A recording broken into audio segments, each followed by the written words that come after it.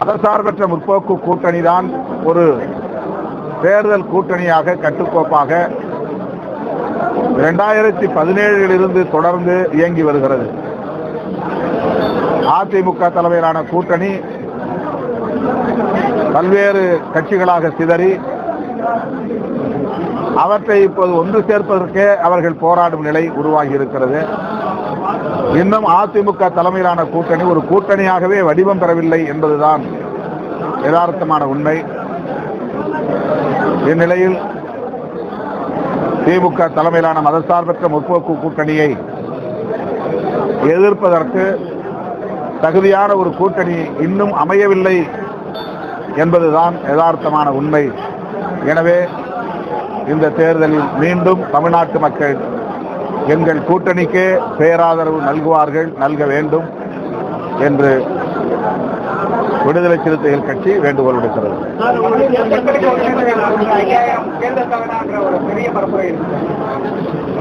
எதிர்கட்சிகளின் பார்வையில் தேர்தலுக்காக,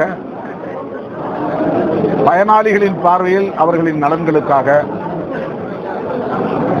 எங்கள் பார்வையில் பெண்களின் வலிமைக்காக. ஆகவே எதிர்கட்சிகள் என்ன வேண்டுமானாலும் வழக்கம் போல் சொல்வதை சொல்லிக் கொண்டிருப்பார்கள், சொல்லட்டும். ஆனால் இந்த திட்டம் தேர்தலுக்காக வழங்கப்பட்டது, அறிவிக்கப்பட்டது என்று எதிர்கட்சிகளால் விமர்சிக்கப்பட்டாலும் பெண்களின் தற்சார்பு நிலையை இது உறுதிப்படுத்துவதாக அமைகிறது என்பதை பெண்கள், தமிழ்நாட்டு பெண்கள் உணர்ந்திருக்கிறார்கள். எனவே எதிர்கட்சிகளின் விமர்சனம் பெண்களிடையே, பொதுமக்களிடையே எடுபடாது என்று நான் நம்புகிறேன்.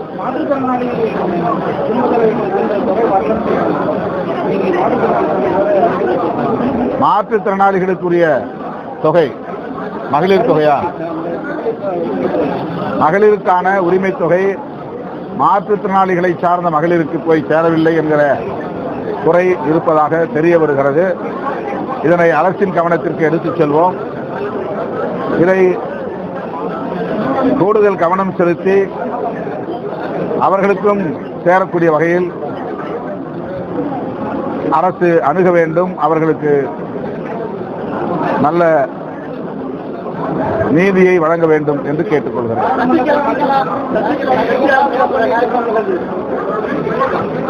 அது அவருடைய விருப்பம், அவருடைய அரசியல் தேவையை பொறுத்தது.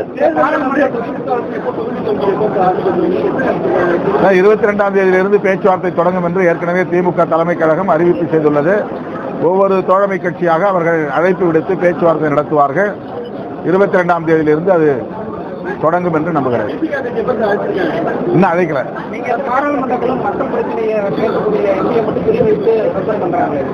எப்படி மக்கள் கோரிக்கைகளை அவங்களோட இது பேசும்போது அவங்கள மட்டும் பண்றாங்க. யாரை சஸ்பெண்ட் பண்றாங்க?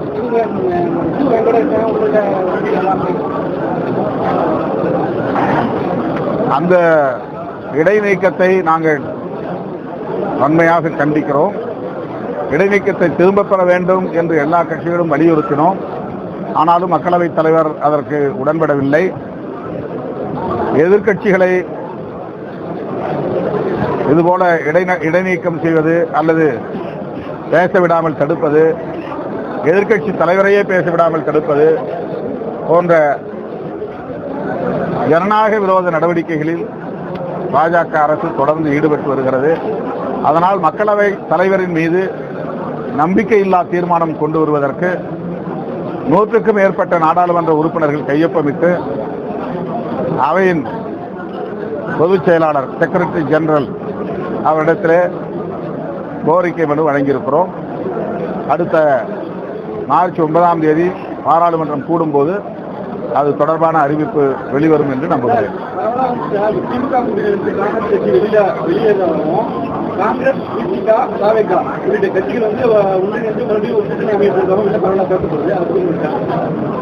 காங்கிரசின் நிலைப்பாடு பற்றி நான் கருத்து சொல்ல ஏதுமில்லை.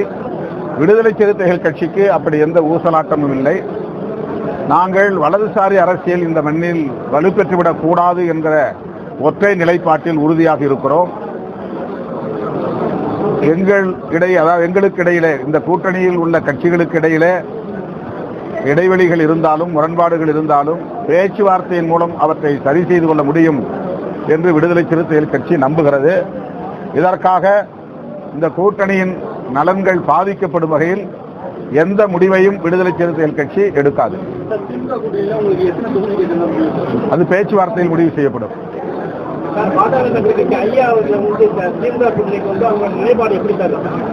அது திமுக தான் முடிவு செய்ய வேண்டும்.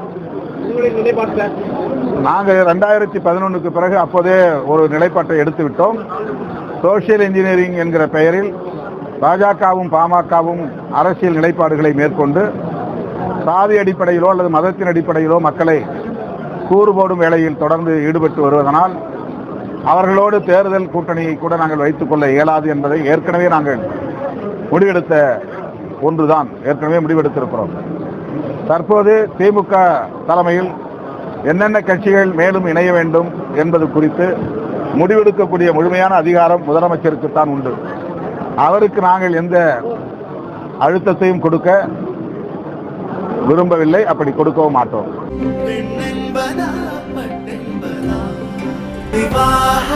மணப்பெண்ணின் பிரத்யேகமான திருமணம் விவாஹா தி சென்னை சில்க்ஸ்.